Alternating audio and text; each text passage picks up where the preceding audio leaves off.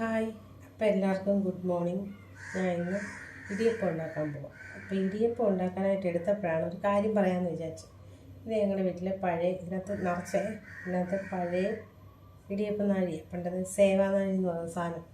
എനിക്ക് ഈ സാധനം ഉണ്ട് പുതിയത്. പക്ഷേ ഇത് നമ്മളിങ്ങനെ നിറച്ചിട്ട് ഇങ്ങനെ കറക്കുമ്പം നമ്മുടെ കൈ ഇങ്ങനെ തിരിഞ്ഞടിച്ച് ഇങ്ങനെ ഒരു വശത്തോട്ട് പോകും. പക്ഷേ ഇത് ഇങ്ങനെ ഉപയോഗിക്കുമ്പോൾ പെടലി പോകുമെങ്കിലും ഇതാണ് വശം.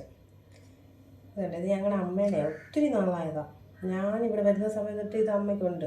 ഇതിലാണ് ഞങ്ങൾ ഇടിയപ്പം അന്നൊക്കെ നേരത്തെ മിക്കവാറും ഇടിയപ്പമായിരുന്നു. ഇങ്ങനെ ഞെക്കുമ്പോൾ തന്നെ ഇങ്ങനെ പെടലി ഇങ്ങനെ ആവുക. പക്ഷേ ഇത് ഇപ്പോൾ പക്ഷേ ഉപയോഗിച്ചു പിന്നെ പണ്ടത്തെ പൊടിയുടെ വ്യത്യാസം ഉണ്ടല്ലോ ഇപ്പം. അതുകൊണ്ട് എന്നാലും ഇതിങ്ങനെ ഞെക്കുമ്പോൾ കുറച്ച് ബലം പിടിക്കണം. എന്നാലും ഈ സാധനമാണ് സൂപ്പറായിട്ട്. എനിക്ക് ചിലർക്കൊക്കെ ഇതായിരിക്കും വശം.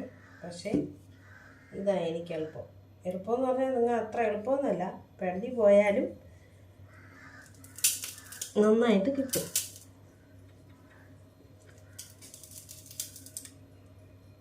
ചിലപ്പോൾ നമ്മളിങ്ങനെ എടുക്കുമ്പോൾ ദേഷ്യം വന്ന് വിറയ്ക്കുന്നവരൊക്കെ തോന്നുമെങ്കിലും